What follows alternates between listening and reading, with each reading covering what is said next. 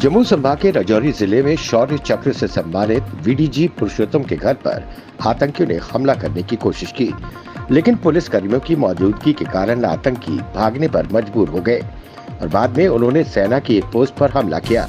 इस हमले में एक जवान घायल होने की खबर है। ये गोलीबारी सुबह 4 बजे हुई। इस मुठभेड़ में एक आतंकी भी मारा गया है। वहीं सुरक्षा बलों ने घेराबंदी कर तलाशी अभियान चलाया हुआ है। सजगता, समन्वय और संहार की रणनीति से जम्मू संभाग में बढ़ते आतंक के फन को कुचलने की भारतीय सेना के साथ अब बीएसएफ ने भी पूरी तैयारी कर ली है। सेना प्रमुख जनरल उपेंद्र द्विवेदी के बाद अब बीएसएफ के डीजी नितिन अग्रवाल ने इंटरनेशनल बॉर्डर पर सुरक्षा ग्रिड को मजबूत करने के अलावा आतंकियों की घुसपैठ व ड्रोन देखे जाने पर तुरंत प्रहार करने के निर्देश जारी कर दिए।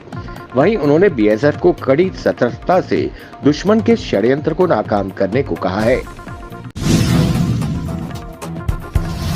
एम्स जम्मू को लेकर मरीजों का इंतजार अब समाप्त होने वाला है। 1 अगस्त से ओपीडी सेवाएं शुरू करने की पूरी तैयारियां चल रही है। उपराज्यपाल मनोज सिन्हा एम्स का दौरा कर ओपीडी का उद्घाटन कर सकते हैं। इस महीने के पहले हफ्ते केंद्रीय स्वास्थ्य मंत्री जेपी नड्डा ने एम्स का निरीक्षण किया था। उन्होंने एम्स प्रशासन को 15 दिनों के भीतर ओपीडी सेवाएं शुरू करने के निर्देश जारी किए थे।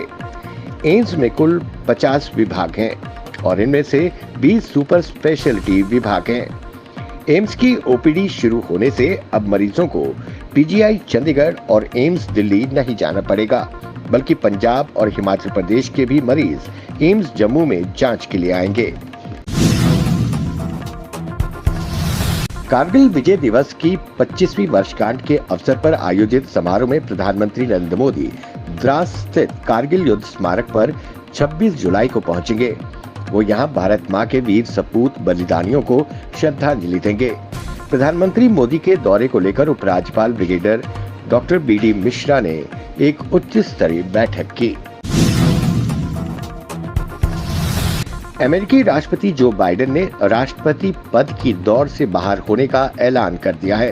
व्हाइट हाउस की तरफ से जारी बयान के मुताबिक राष्ट्रपति जो बाइडेन ने कांग्रेस के कई सदस्यों, राज्यपालों और समर्थकों से बात की। वहीं पूर्व राष्ट्रपति बराक ओबामा ने इस फैसले को लेकर जो बाइडेन की खूब तारीफ की और उम्मीद जताई कि उनकी पार्टी के नेता आगामी कन्वेंशन में एक शानदार नेता को राष्ट्रपति पद के लिए चुनेंगे। पेरिस ओलंपिक्स की शुरुआत में अब कुछ ही दिन का समय बचा है। भारत ने पेरिस ओलंपिक्स के लिए 117 खिलाड़ियों का दल भेजा है। इनसे अच्छे प्रदर्शन की उम्मीद है। इस बीच भारतीय क्रिकेट कंट्रोल बोर्ड बीसीसीआई के सचिव जय शाह ने बड़ा ऐलान किया है। उन्होंने भारतीय ओलंपिक संघ को वित्तीय सहायता देने की घोषणा की है। इसकी जानकारी उन्होंने एक्स पर दी।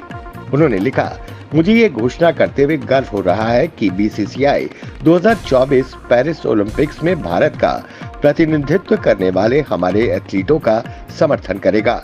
इस अभियान के लिए आईओए को 8 करोड़ 50 लाख रुपए प्रदान कर रहे हैं। हमारे पूरे दल को हमारी तरफ से शुभकामनाएं। भारत को गौरवान्वित करे। जय हिंद। बाबा बर्फानी के दर्शन के लिए भक्तों का 25वां जत्था जम्मू से कड़ी सुरक्षा के बीच रवाना हुआ। श्रद्धालुओं का जत्था सीआरपीएफ की सुरक्षा घेरे में 111 वाहनों में सवार होकर भगवती नगर आधार शिविर से आज सुबह 3 बजे कश्मीर के लिए रवाना हुआ। संसद के मानसून सत्र से पहले प्रधानमंत्री नरेंद्र मोदी ने मीडिया को संबोधित किया। उन्होंने कहा कि आज सावन का पहला सोमवार है। इस पावन दिन पर सभी देशवासियों को शुभकामनाएं देता हूं। प्रधानमंत्री मोदी ने कहा कि मैं देश के सभी सांसदों से अनुरोध करना चाहता हूं कि जनता ने अपना फैसला सुना दिया है। मैं सभी दलों से कहना चाहता हूं कि पार्टी लाइन से ऊपर उठकर देश के लिए खुद को समर्पित करें और संसद के इस गरिमामय मंच का अगले 4.5 साल तक उपयोग करें। उन्होंने कहा कि देशवासियों ने हमें यहाँ देश के लिए भेजा है, दल के लिए नहीं भेजा है। लोकसभा में मानसून सत्र के दौरान नीट पेपर लीक मुद्दे पर जमकर हंगामा हुआ। विपक्ष ने सरकार को इस मुद्दे पर खूब घेरा। विपक्ष के नेता राहुल गांधी ने कहा कि देश के लाखों छात्रों से जुड़े मुद्दे पर कुछ नहीं हो रहा है। ये बेहद चिंता का विषय है। राहुल गांधी ने भारत की परीक्षा प्रणाली को धोखे से भरा बताया और ये शिक्षा प्रणाली बकवास है, ये तक कह डाला।